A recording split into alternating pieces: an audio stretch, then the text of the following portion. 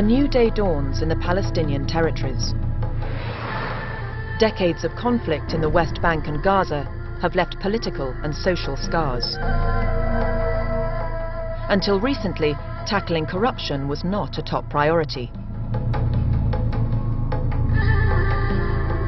There were other concerns that seemed more pressing.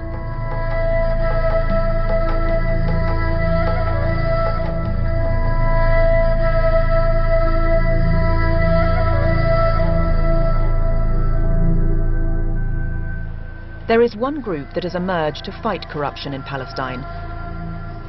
Founded by prominent politicians and NGO activists, accountability and government transparency are central to their agenda.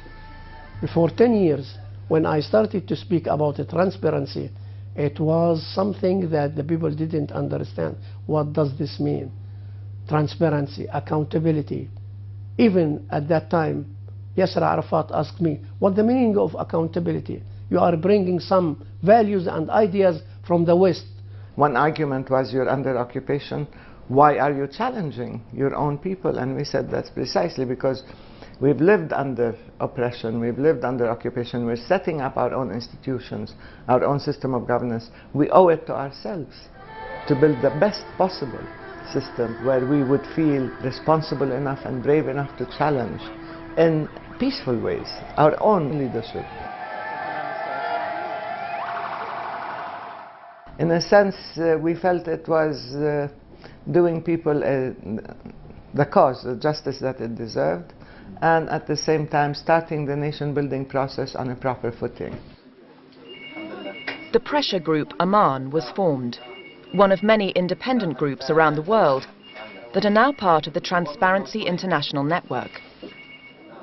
The aim is to eradicate corruption from top to bottom, pressure at the top and action at the bottom. In encouraging ordinary people to speak out about corruption, the Advocacy and Legal Advice Centre was born. He was an employee in a factory, and he's already been to the union, so he has union rights.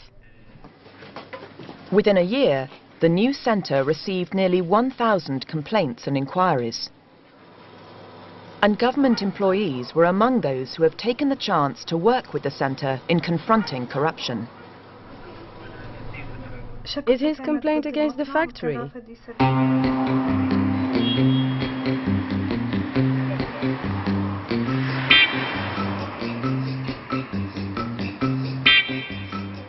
One of the first to call the new centre was Mohammed Halak. All this driving round I do, I'm looking to catch the cars being misused. And I also check that they are parked at the government offices. Mohammed is an official in the Ministry of Transport. He was becoming dismayed by the widespread use of government cars for private purposes. And every car I see parked where it should be, I consider it a big achievement. I know them all like my children. Thousands of dollars were being lost to the government every day on petrol alone. It's about the cost of the ministry to the community.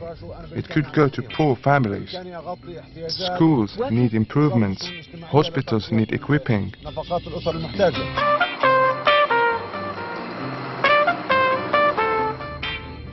Working closely with Mohammed, the Advocacy and Legal Advice Centre launched a big publicity drive and a hotline for members of the public to ring in with reports of government car misuse. With radio announcements and billboards in the streets, thousands took the opportunity to phone in, many taking pictures on their phones of offending motorists. And Mohammed's work colleagues also got involved.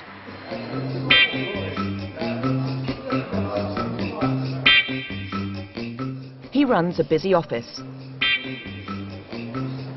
They're responsible for managing over 7,000 government cars. He's inspired his fellow workers, and they all support the work of the Advocacy and Legal Advice Centre.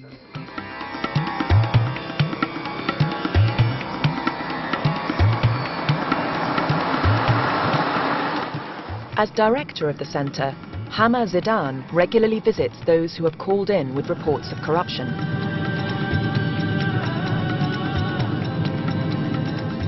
But she's well aware this work is not supported by everyone. We do have a lot of fans, and of course we do have a lot of enemies, because when you are talking about corruption, there is this target of people who are benefiting from it. So we did have some problems when we were working on the misuse of public vehicles. We did face a lot of problems with people who will lose the cars that they are using. But in the other side, most of the Palestinians, the normal citizens, they were really happy with that. And they were cooperating all the time, reporting about misuse of cars. So we do have those and those, both sides, enemies and friends. But I do believe that our friends are much more than our enemies.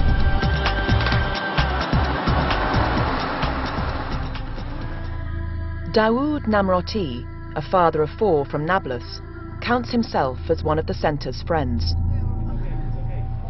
It was an incident of corrupt police practice that led him to turn to Hama for help. There is a person who arrested my sons and took them to the police station. To the police station in Nablus. The police station, they were shot. The young men survived, but they were both left permanently disabled. The policeman responsible walked free. This is the family shop from where Dawood's sons were taken after an argument. They can't work here anymore. It's now unused and in disrepair. The perpetrator was sentenced to 5.5 years, but he had friends in the security forces, and the court decision wasn't implemented. After the judgment was given, the man escaped justice. He was sentenced to 5.5 years. Then I would see him on the street. I'd be fuming. My children and my flesh and blood. I couldn't see him and do nothing. The man should pay for what he did. I won't lie to you about how I felt. It was driving me mad. How was I going to get justice? The government was failing. Who should I complain to?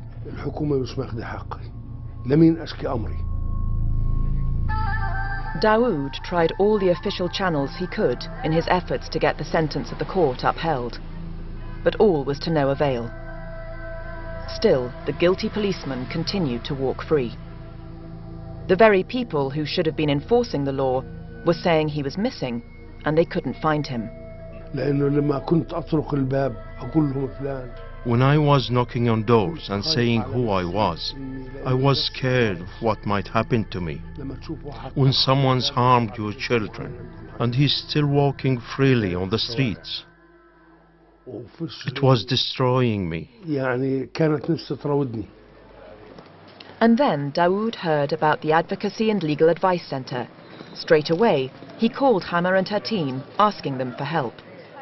The intervention of the center and their alerting higher authorities to the situation led to the rogue policeman being rearrested and imprisoned. He was now to serve his sentence. And in a twist to this story, further pressure has led directly to the release of other detainees held illegally and without authority. For others, the center has managed to have illegal insurance fees charged by some local councils quashed. And they've succeeded in lobbying for the introduction of new bylaws to ease the clogging of the court system. They've also highlighted irregularities in council accounts and conflicts of interest in government tenders. And their campaign against the misuse of government cars has had dramatic results. The money saved amounts to more than $7 million annually. And Mohammed has been nominated for a Special Integrity Award. This is a big mall. Most people come here. So there's always lots of cars. I come here every day to check, to drive around a little, looking for government license plates. But there are fewer and fewer. Often there are none. In the past there were many, lots of red plates. Now there is only ever one or two. Oh, here's one in front of me.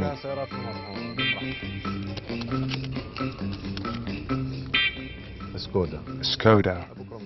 Tomorrow we'll check up on it. So just one here at the mall. That makes me really happy. Post-conflict areas are particularly susceptible to corruption. Institutions can be fragile.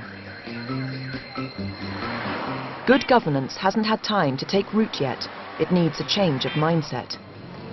With their ongoing experience of occupation, the relative success of the efforts being made in Palestine to fight corruption has taken many by surprise. Our case is unique because on the one hand we are a people emerging from a corrupt and corrupting occupation system of really abnormal system of intrusion and control. And most Palestinians resent authority and resent the government and resent systems of control. On the other hand, we had the leadership coming back from exile, emerging from an experience of armed resistance, armed struggle, revolution. A revolution is something you carry out in the dark, underground, you know, with the organizational principles that do not at all carry into institution building, nation building, rule of law, and so on. So we felt we needed to carry out this transition in a way that would do our people a justice. The Advocacy and Legal Advice Centre has played its part in challenging the system. There are currently more than 50 other such centres doing similar work in countries across the globe, all run by local Transparency International chapters. Often cases highlight a widespread problem. And so, as well as fighting for the individual, they push for systemic change. Here in the West Bank, their influence goes right to the top. I mean, there's nothing in the law that says you have to answer an organization like Aman, but we do, and we listen to what they have to say. Again, out of belief and firm conviction, they have a very important role to play. And here we are. Where we are today is vastly superior to where we were last year, year before, and so on and so forth. Even a verbal commitment to the cause by those in power is itself a sign of progress. Transparency is now a popular word in the West Bank. The speed with which we get to the point where we have institutions that measure up in integrity and performance to high international standards, I think that's the real test. And this is a key area, as a matter of fact, transparency. On the whole, people accept and welcome this. They understand that it isn't about punishing people for the sake of it, but about making our country one with standards. The law has to be respected, even though here sometimes the government seems to be absent. First of all, by being there, I mean, that itself is helpful, because it really opens up the system. We see doing these things as an integral part of the national effort aimed at getting us to freedom and independence. The more we're able to assert with credibility that we measure up in performance and in the integrity, structural integrity of our institutions, the better positioned we are. So we value their existence, their activity, and what it is they do.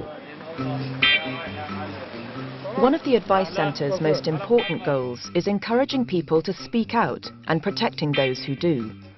It's largely fear and lack of knowledge that prevents the victims of corruption from standing up for their legal rights and stop the witnesses of corruption from coming forward. Faraj Khaff was summarily dismissed from his government job for political reasons. For years, he wasn't given the money he was due. But that all changed the day he called the advice line. Most places you call them and they don't even pick up the phone. I had that for 4 years. But with Aman, in less than a month, I got all the money I was owed. In less than a month. Faraj was fired, along with others in the same position, when his political bosses were replaced. He then seemed blacklisted, unable to find work and unable to support his young family. This is a form of corruption that Faraj thinks has to be confronted. I couldn't believe there was an organization here in Palestine that could be so efficient. People talk about the police and the government, but you can't rely on them. Go to someone who will look after you and communicate your message. Faraj's case highlights the importance of ordinary people speaking out. And having received proper legal advice from Hammer and her team, he was paid all the money that was due to him, and he's now found work in a car showroom. The centre does all it can to get to the root of the problem, so that others might follow in Faraj's footsteps, and it takes its message directly to the public. If something's wrong, it should be confronted. And this message has been communicated well to the people. If we did the same tour a couple of years ago, we might have found 50 cars not in their proper parking spaces. We've been going 2 hours and we've caught 2 cars. I've made a note of the place and the license plates. Some people interpret the law about car use as exempting higher government officials. Mohammed disagrees. It compromises his campaign. Every car he sees, he'll inquire about it the next day. I know who this is. I don't even need to write it down. I know the number by heart. Tomorrow I'll ask him why he was coming to the mall. Faraj is now determined that others should benefit as he has done. He wants more people to stand up for their rights, and he's eager to exert a bit of pressure of his own. After we dealt with your complaint and we were successful, we've had a lot of similar complaints from people in the same situation. They've probably been elsewhere first and didn't get any help. Many people need your help. People who have been sacked for corrupt reasons. You must try to help these people. You need to publicize yourselves more. Then others will come to you. You see? 1, 2, 3, 4, 5, 6, 7, 8. All the cars are here. I've told many other people about it and about the success that I've had. Not all of them have come to us. Is it because they're afraid? They might not be afraid. They might just not realize that anything can be done.